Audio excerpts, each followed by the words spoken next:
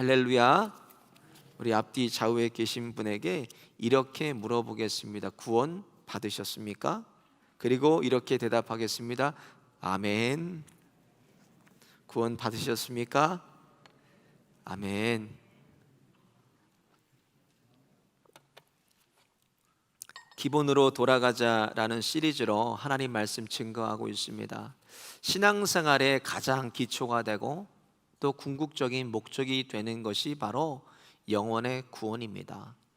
내가 예수님을 믿는 이유도, 이렇게 교회에 나와서 예배를 드리는 이유도, 또 집에서, 일터에서, 가정에서, 또 삶의 현장에서, 교회에서 이렇게 말씀을 보고 하나님 찾고 예배 드리는 궁극적인 목적도 내가 구원받은 성도이기 때문에 성도답게 살아가는 것입니다. 지난주에 말씀드린 것처럼 가지가 포도나무를 떠나서는 살 수가 없고 죽습니다. 마찬가지로 우리가 예수님을 떠나서는 단 한순간도, 그리고 분초도 예수님을 떠나서는 살 수가 없는 그런 존재들입니다. 교회에 나온다고 다 구원받는 것이 아니라 하나님께서 나를 구원하실 성도로 예정하시고 그 예정하심 가운데 예수님을 믿어야 구원받습니다. 믿어도 어떻게 믿어야 되나? 바로 믿어야 돼요. 예수님을 바로 믿어야 구원받습니다.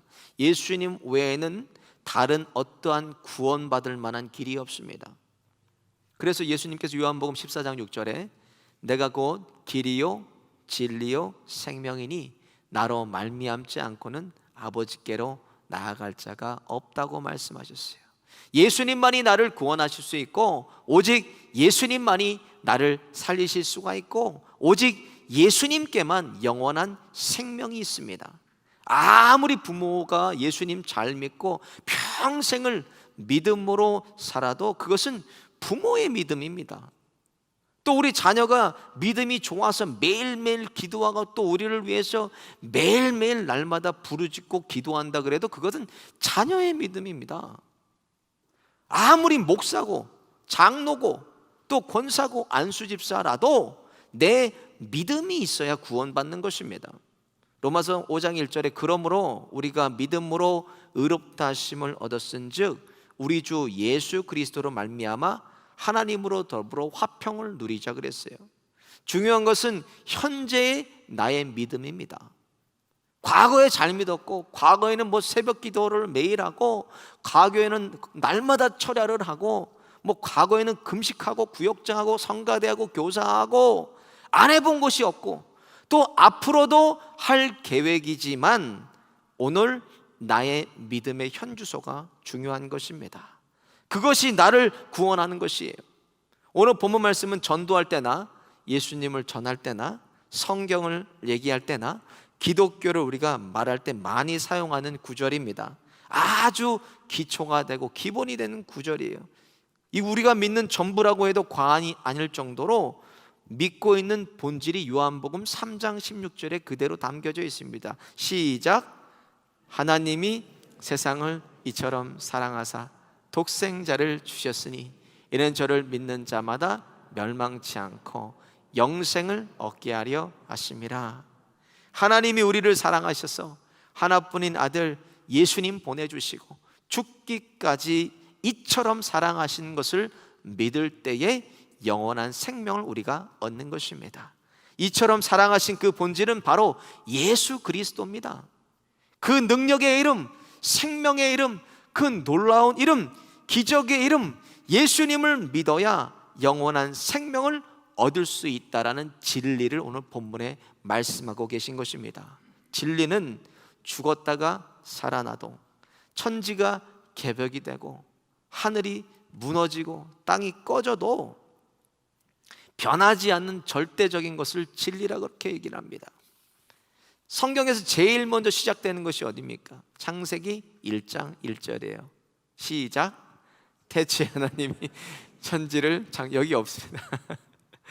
이 말씀을 믿으면 하나님을 우리가 믿을 수가 있고 성경 전체를 우리가 믿을 수가 있습니다. 근데 이 말씀에서부터 우리가 걸리면 하나님도 믿을 수가 없고 성경도 믿어지지가 않습니다. 히브리서 3장 4절에 집마다 지은 이가 있으니 만물을 지으신 이는 하나님이시라 그러셨어요. 집이 저절로 생겨난 것이 아니라 지은 사람이 있듯이 세상의 모든 만물은 저절로 생긴 것이 아니라 사람이 창조할 수도 없는 조물주이신 하나님께서 지으셨기 때문에 이 세상 만물이 존재하는 것입니다.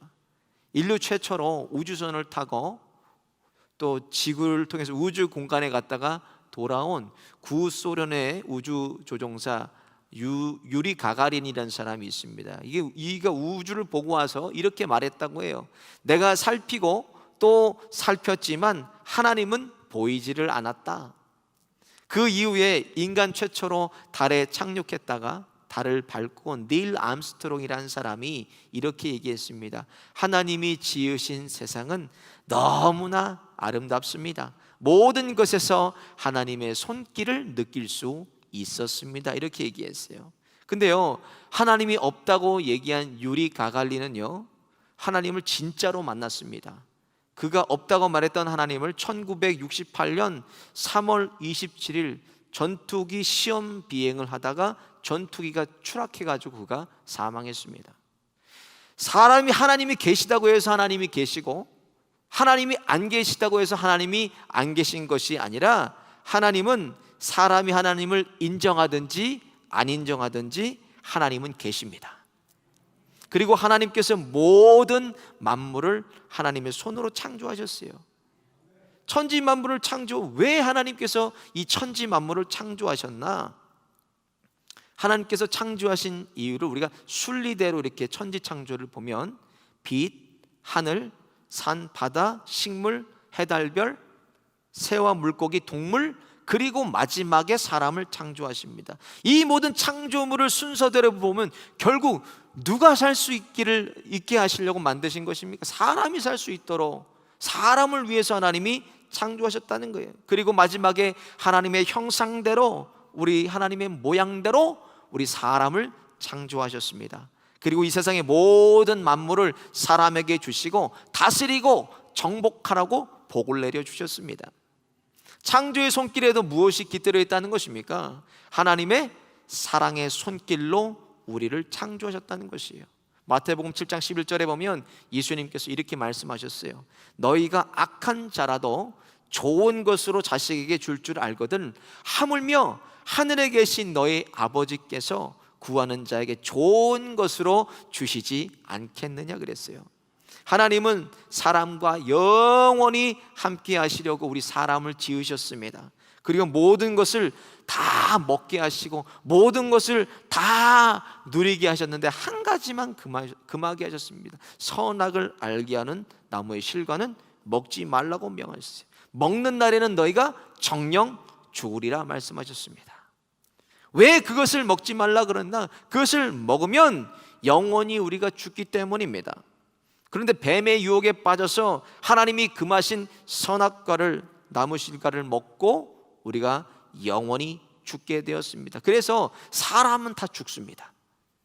누구도 예외가 없어요. 한국 최고의 부자였던 이건희 회장도, 또 최고의 권력을 가졌던 대통령들도, 우리가 가지고 있는 애플 스마트폰을 개발했던 애플의 스티븐 잡스도 천문학적인 유산을 써보지도 못하고 죽었습니다.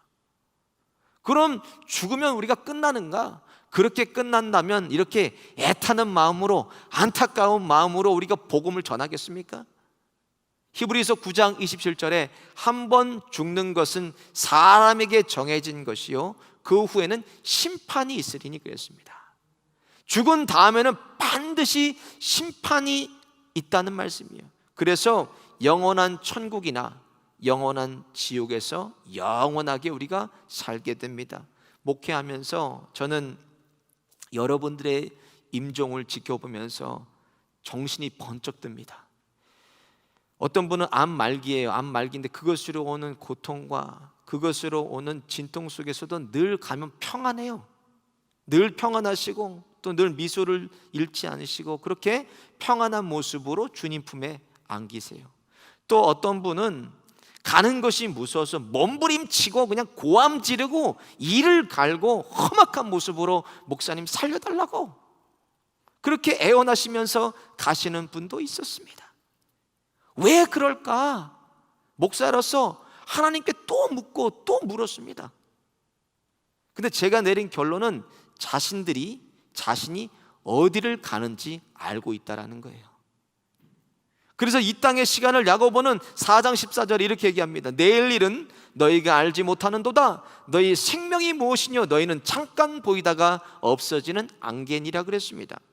영원한 시간이 얼마길래 우리의 인생들도 잠깐 보이다가 사라지는 안개라고 얘기하나?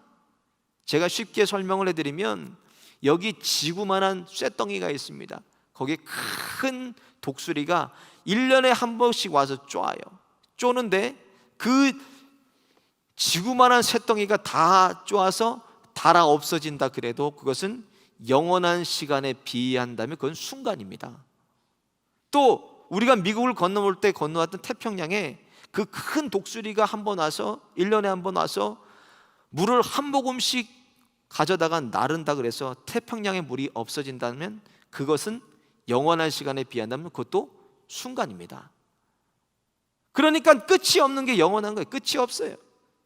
오늘 본문 말씀 요한복음 3장 16절은 우리가 너무나 잘 알고 있는 말씀이에요. 아주 기본이 되는 겁니다. 하나님이 세상을 이처럼 사랑하사 독생자를 주셨으니 이는 저를 믿는 자마다 멸망치 않고 영생을 얻게 하려 하심이라. 다 알아요. 그런데 오늘 보면 17절을 보니까 이렇게 말씀 풀었습니다. 하나님이 그 아들을 세상에 보내신 것은 세상을 심판하려 하심이 아니요 저로 말미암아 세상이 구원을 받게 하려 하심이라 그랬어요. 이처럼 사랑하신 뜻이 무엇이라는 것입니까? 저와 여러분을 심판해서 영원한 죽음으로 가게 하시는 것이 아니라 하나님은 예수님으로 우리를 살리시겠다는 거예요. 그래서 하나님의 뜻은 심판이 아니라 생명이라는 것입니다. 로마서 3장 23절에 모든 사람이 죄를 범하였음에 하나님의 영광에 이르지 못하더니 그랬어요. 사람은 죄인이기 때문에 죄값으로는 영원히 죽고 우리는 멸망을 받아야 됩니다. 하지만 하나님이신 예수님께서 우리가 되셔서 우리의 죄와 허물과 저주를 십자가에서 다 감당해 죽으시고 음부까지 내려가셔서 우리가 받아야 할 죄를 다 예수님께서 탕감해 주셨습니다. 그래서 예수님께서 십자가상의 마지막 말씀이 무엇입니까? 다 이루었다. 우리를 구원하시겠다는, 우리를 살리시겠다는 그 하나님의 언약을 예수님께서 십자가의 화목제물 되심으로 그 뜻을 다 이루신 것입니다. 교회에서요 목요일마다 시니어 문화학교를 합니다. 저는 이제 복음학교를 담당하고 있어요. 복음학교를 통해서 한 분이라도 더 복음으로 점검해드리고 언제 부르실지 모르는 그날을 준비시켜 드리겠다는 목적으로 복음학교를 시작했습니다. 그 하나님이 저에게 주신 큰 축복이에요. 외부에서 오시는 분도 계시는데 제가 처음 오셨을 때 그 권사님께 질문을 드렸어요. 교회를 오래 다니셨대요. 그래서 이렇게 질문했습니다. 어떻게 해야 우리가 천국에 가죠? 그렇게 질문을 드렸더니 뭐라 그러셨냐면 착한 일 많이 해야지요. 좋은 일 많이 해야 갑니다. 깜짝 놀랐습니다. 제가 다급하고 급한 마음에 복음을 계속 반복하고 또 반복해서 설명해드리고 또 반복하고 반복했어요. 그리고 지난 목요일 날 다시 만났어요. 그래서 다시 똑같은 질문을 드렸습니다. 우리가 어떻게 해야 천국 갑니까? 그랬더니 아주 정확하게 이렇게 말씀하셨어요. 예수님을 믿어야 천국 갑니다. 할렐루야. 사도행전 4장 12절에 다른 이로서는 구원을 받을 수 없나니 천하 인간에게 구원 얻을 만한 다른 이름을 우리에게 주신 일이 없음이라 했습니다. 예수님이에요. 예수님. 예수님 외에는 사망과 멸망, 죽음을 피해갈 수가 없고 구원할 다른 이름도 우리에게 주신 일이 없다는 거예요. 오직 예수님입니다. 오직 예수. 많은 분들이 이 코로나 팬데믹 통해서 가장 많이 하시는 말씀이 뭐냐면 말세라는 말이에요. 말세라고. 말세. 세상의 끝, 종말이 가까웠다는 말입니다. 그렇습니다. 세상의 종말도 가까우지만 우리의 개인의 종말도 점점 가까우고 있습니다. 여러분 죽을 준비가 되셨습니까? 아멘 소리가 좋네요. 어떤 분은 그래, 목사님, 왜 맨날 죽는다는 얘기, 죽기는 내가 왜 죽냐고, 이왕 살고 오래 살아야지 왜 자꾸 무섭게 죽는다는 얘기를 하는 거예요. 여러분, 결국 무엇입니까? 죽는다는 것이 무섭다는 거예요. 다른 말로 내가 아직 준비가 안 됐다는 것입니다. 덜컥 하나님께서 나를 영생의 시간으로 우리를 부르신다면 우리 영혼이 어디에 있겠습니까? 그래서 구원의 문제만큼은 우리가 날마다 점검하고 이것을 미루면 안 된다는 거예요. 예수님께서 저와 여러분, 또 우리 가족, 또 실로암 교회 교인이지만 아직도 온라인으로 예배드리는 권속들을 부르고 계신다는 거예요. 마태복음 11장 28절에 수고하고 무거운 짐진 자들아 다 내게로 오라, 내가 너희를 쉬게 하리라. 예수님 앞으로, 복음 앞으로, 십자가 앞으로 나오면 예수님께서 짐을 다 맡아주시고 우리를 자유하게 해주시겠다는 약속의 말씀입니다. 계시록 3장 20절에는 볼지어다 내가 문 밖에 서서 두드리노니 누구든지 내 음성 듣고 문을 열면 내가 그에게로 들어가서 그로 더불어 먹고 그는 나로 더불어 먹으리라 그러셨어요. 주님은 우리가 마음을 열고 주님을 나의 구원자로, 나의 주인으로 모시기를 기다리고 계십니다. 주인이 나의 주인 되시면, 주님께서 나의 주인 되시면 주님과 내가 하나가 되고 거기에 하나님의 나라가 임하게 되는 것입니다. 송명이라는 시인이 있어요. 나 가진 재물 없으나 라는 찬양을 작사하셔서 오랜 시간 많은 그리스도인들이 부르고 은혜를 끼친 찬양입니다. 그런데 이 송명이 시인의 삶은 누가 봐도 이 사람은 정말 불공평한 삶을 살았습니다. 태어날 때부터 의사가 태아에 뇌를 집게로 잘못 건드려서 뇌성마비를 가지고 태어났습니다. 그래서 신체의 움직임을 명령하고 조정하는 손해가 죄의 기능을 발휘하지 못해서 일생을 지금도 뇌성마비로 살아가고 계세요. 또 집안이 그렇게 가난했습니다. 7살 때까지 누워서만 지냈고 10살이 되어서 겨우 그냥 숟가락을 손에 쥘 수 있을 정도가 되었다고 합니다. 또 부친은 결핵으로 병이 들어서 일도 못하고 집안은 점점 어려워져서 자신의 신세를 늘 비관하며 이가 살았다고 그래요. 그런데 사춘기 때는 또 이가 자살을 기도하기도 합니다. 19살이 되어서 아버지 원망하고 어머니를 원망하고 죽지 못해서 살아가는데 불현듯 머릿속에 스치는 생각이 있었어요. 그게 누구냐? 하나님이었다는 거.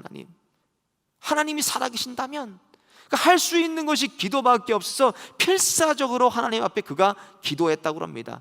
기도했던 것은 한 가지, 하나님이 정말 살아계시다면 하나님 나 만나주세요. 나를 만나주시면 제 모든 삶을 하나님께 드리겠습니다. 이렇게 기도했다라는 거예요.